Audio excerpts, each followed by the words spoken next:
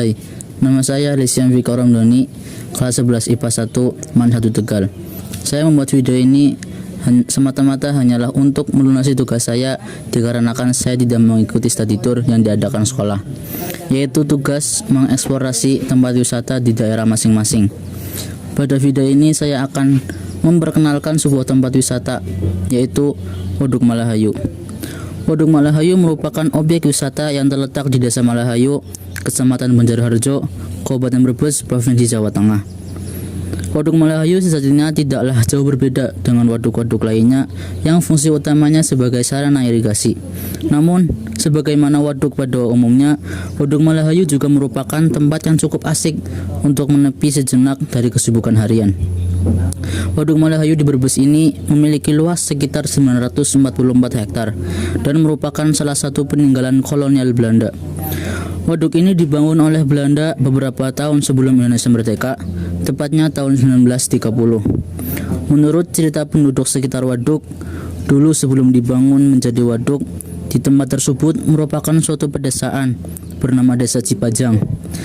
Desa Cipajang termasuk desa yang banyak sumber airnya. Pemerintah Belanda saat itu berpikir untuk membendung aliran air tersebut, dan dengan sedikit pemaksaan warga desa Cipajang pun direalokasikan ke tempat lain, termasuk suatu makam yang sudah lama. Waduk Malahayu memiliki fungsi sebagai sarana irigasi dan sebagai pengontrol banjir di sekitar kawasan Kabupaten Brebes. Selain itu, waduk tersebut juga dimanfaatkan sebagai sarana tempat rekreasi keluarga. Di lokasi objek wisata tersebut memiliki banyak fasilitas, diantaranya yaitu sarana permainan anak, kolam renang usia anak-anak, perahu pesiar, becak air, perahu dayung, serta panggung terbuka yang biasanya digunakan untuk acara-acara tertentu. Wisata Waduk Malahayu merupakan wisata keluarga yang menyuguhkan panorama pegunungan dan hamparan hutan jati yang begitu indah. Tempat yang sangat tepat untuk menghabiskan waktu bersama keluarga. Pemandangan alamnya yang begitu menawan dan suasananya yang menyenangkan membuat wisata yang satu ini kerap dijadikan sebagai lokasi bumi perkemahan. Waduk Malahayu juga sebagai pemasok gratis ribuan ikan. Ketika waduk sedang dikuras, airnya meluap ke sungai Kebuyutan yang memanjang dari Malahayu hingga ke laut utara di Tanjung. Ribuan ikan segar dari Malahayu sangat digemari warga di sekitar sungai. Nah, mumpung di bawah juga ada sungai, nanti kita lihat-lihat dulu.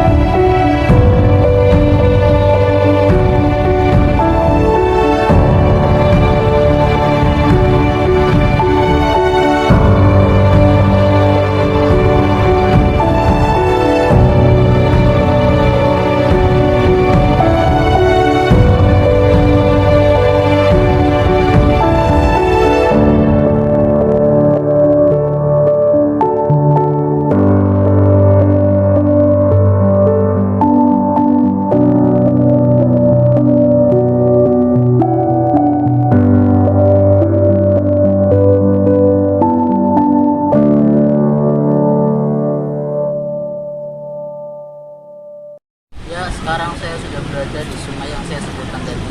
Sungai ini nantinya akan mengalirkan air dari Malahayu hingga ke laut utara di Tanjung. Selanjutnya saya akan bercerita kembali tentang Waduk Malahayu. Di lokasi ini rutin diadakan pekan wisata dengan menampilkan pentas orkes dangdut sebagai hiburan pada hari raya Idul Fitri tiba. Selain itu, masyarakat sekitar juga sering melaksanakan sedekah waduk pada saat hari raya tersebut. Fasilitas lain yang ada di lokasi objek wisata ini yaitu berupa kamar mandi, WC, warung, serta tempat parkir yang sangat luas. Mengunjungi sebuah waduk seperti Waduk Malahayu akan terasa kurang lengkap kalau tidak disertai dengan kegiatan mengelilingi waduk. Kegiatan keliling waduk ini juga bisa kita lakukan di Waduk Malahayu dengan menyewa perahu dari penduduk setempat. Menikmati pemandangan di sekitar waduk dari tengah-tengah waduk akan terasa sangat berbeda. Di tengah-tengah Waduk Malahayu, sebuah daratan kecil, dulunya lumayan lebih luas daripada sekarang, dan warga sekitar sering menyebut daratan tersebut sebagai Musa. Pemandangan perbukitan hijau di sekitar Waduk Malahayu akan membuat mata menjadi redup, ditambah dengan sepoi-sepoi angin yang menerpa wajah. Untuk menuju bagian tepi Waduk Malahayu ini, Anda harus menaiki tangga waduk atau sebuah tanggul terlebih dahulu. Pemandangan yang pertama kali nampak saat menaiki tangga tanggul di lokasi tersebut adalah sebuah pintu pembuangan air waduk pada bagian sebelah kanan. Pintu pembuangan air tersebut dibuka pada saat kapasitas air waduk telah penuh. Hal tersebut biasanya terjadi pada saat musim penghujan tiba. Suasana di tepian Waduk Malahayu tersebut lebih indah. Di area ini banyak ditemui pohon-pohon yang tumbuh tinggi serta lebat. Udara di sekitar lokasi ini terasa lebih sejuk. Para wisatawan yang datang ke lokasi ini memanfaatkan area tersebut untuk bersantai-santai sambil duduk di bawah pohon yang rindang tersebut.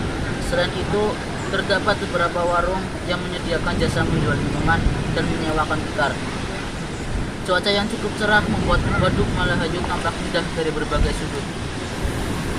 Langit yang cukup biru dengan sedikit awan, gunung di seberang perairan waduk yang tampak jelas dilihat, angin sepoi-sepoi menambah kenikmatan untuk bersantai di tepian waduk. Selain keindahan pemandangan alam dan kesusukan udaranya, Waduk Malahayu juga mempunyai legenda, yaitu tentang makhluk astral yang berupa reptil, ular untung. Hingga saat ini, warga Malahayu masih mempercayai ular tersebut yang menjaga Waduk Malahayu. Warga Malahayu yang mayoritas penghidupannya bergantung pada waduk tersebut sangat percaya bahwa ular tersebut memang benar-benar ada. Sebuah mitos dari masyarakat sekitar tentang Waduk Malahayu bahwa pasangan pengantin baru yang berkunjung ke sana diwajibkan membasuh muka dengan air Waduk Malahayu. Konon, dengan membasuh muka di lokasi tersebut, pasangan pengantin akan langgeng dalam mengarungi rumah tangga mereka. Oleh karena itu, hampir setiap ada pengunjung yang baru menikah, pasangan tersebut menyempatkan diri untuk berkunjung ke lokasi objek wisata Waduk Malahayu ini. Tiket masuk menuju kawasan objek wisata ini tergolong lumayan murah, yaitu sekitar 5.000 untuk kendaraan bermotor, sedangkan mobil sekitar 10.000. Bila Anda sering mendengar jalan alternatif Pantai Utara menuju Selawi, Jawa Tengah, antara Cirebon, Jawa Tengah dan Tegal, Jawa Tengah, itulah Kabupaten Brebes, Jawa Tengah. Dari arah Cirebon, sebelum sampai kota Brebes, Anda akan melewati Tanjung, kemudian Pejagan, belok kanan, itulah jalan alternatif menuju Selawi. Ini sudah masuk wilayah Jawa Tengah. Waduk Malahayu letaknya persis ke selatan dari Tanjung, berjarak sekitar 18 km ke selatan melewati Kersana dan Banjarharjo. Sekian dari saya, apabila ada salah, saya mohon maaf. Sampai berjumpa kembali.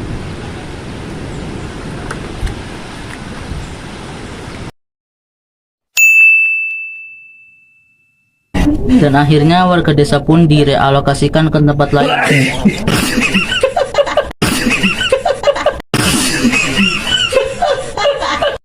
untuk melunasi tugas saya.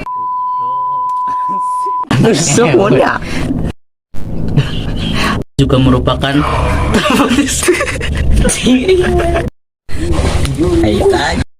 Cam, ada ini Cam.